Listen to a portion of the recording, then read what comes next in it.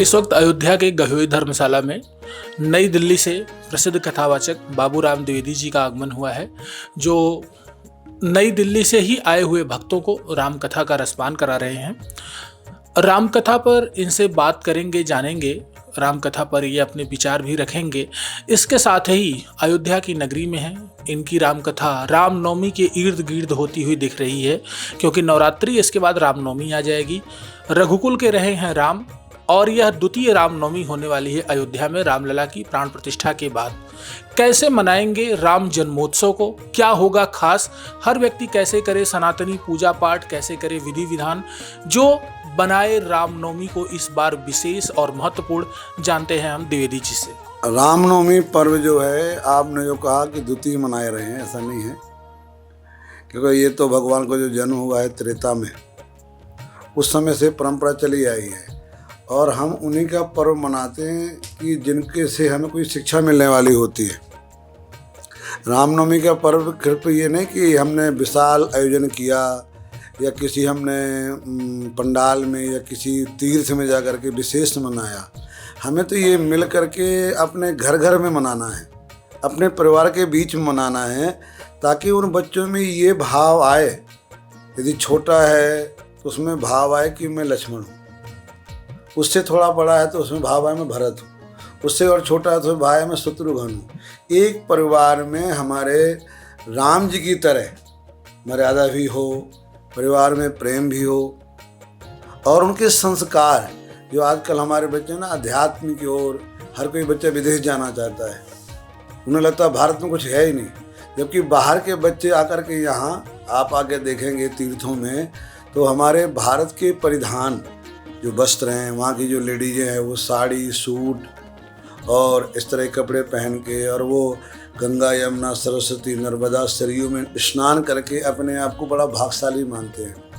हो सकता है कि जो इस समय हमारे जो प्रधानमंत्री हैं मोदी जी, उन्होंने तो ऐसा मनाया 22 जनवरी को कि घर घर में दीपक जलाओ, घर घर में ही दिवाली की तरह से, जैसे प्रकार राम जी हमारे जब वहाँ से आए वन से और दिवाली मनाई गई, उसी प्रकार हमारे पूरे घर घर में, खाली अयोध्या में ही नहीं कि यहाँ मतलब पूरे भारत के लोग यहाँ आ जाएंगे, यहाँ मनाएंगे तो एक अव्यवस्था फैल जाएगी।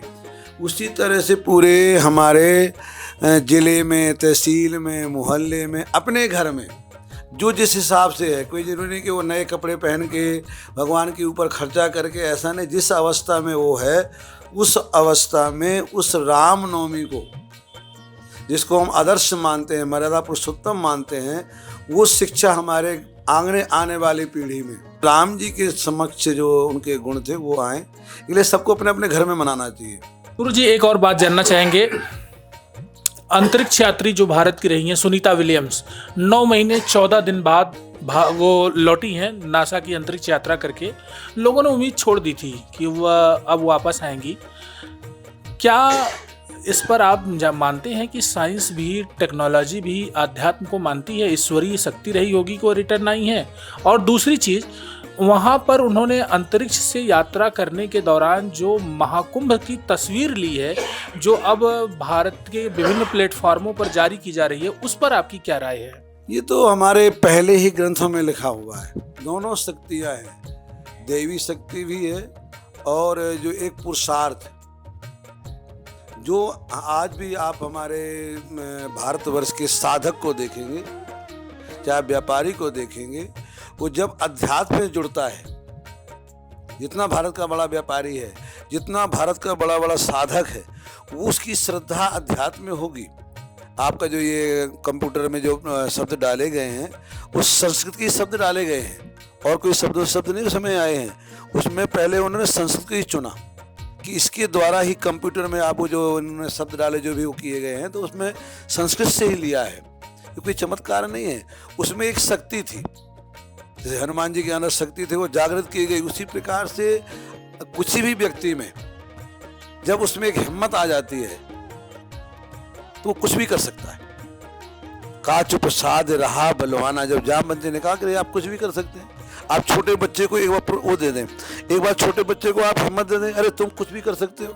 हमारे सामने एक बच्ची 12वीं में कुछ नंबर नहीं आए, तो शादी के लिए पिताजी ने तो कहा, बोले पिताजी एक बार मैं आईपी की तैयारी कर लूँ। तो पिता ने कहा मैं तेरा ड्राइवर बन जाऊँगा, और बच्ची पास हो गई। तो ये कोई मतलब ये पहले से ही है। जब हमारे हनुमान जी गए या जो भी गए लंका में गए, तो कोई उस समय ऐसा था कि वो वापस आएंगे? वो नहीं था ना ऐसा।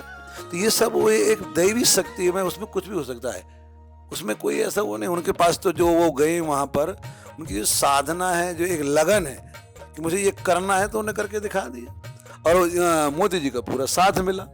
देखो एक बार हमारे फैल भी हुए थे, तो उन्होंने जाके वैज्ञानिकों को स्वयं कहा कि आप हिम्मत ना हारें, मैं तुम्हारे साथ हूँ। उस प्रकार जो यहाँ का जैसे राजा है ना, तो उसमें कोई इस समय सभी लोग, अरे कुंभ में आप देखो ना, चमत्कार हुआ है कुंभ में। इतने लोग पहुँच रहे हैं, इतने लोग स्नान कर रहे हैं, इतने लोग, और वहाँ कोई भेदभाव नहीं है, कौन आदमी क्या कर रहा है, सब एक जगह से, और सब ने स्नान किया वहाँ पर। पहली बार ये चमत्कार हुआ। हो सकता है दोबारा ऐसा ना हो पाए, कि मेरे अनुमान में तो जितने लोग बता रहे हैं कि इतने करोड़ पहुँचे, 66 करोड़ पहुँचे, 63 करोड़ पहुँचे, जो भी पहुँचे हैं, तो आपकी जो जनसंख्या, इसका मतलब हर घर से एक आदमी गया है, हर मोहल्ले से एक आदमी गया है। तो ये चमत्कार, यथा राजा तथा प्रजा, जैसा राजा होता है उसी प्रकार प्रजा। मेरे को लोगों ने बताया कि नैमी शरण जो क्षेत्र है वो छोटा सा कस्बा है, जिला भी नहीं है।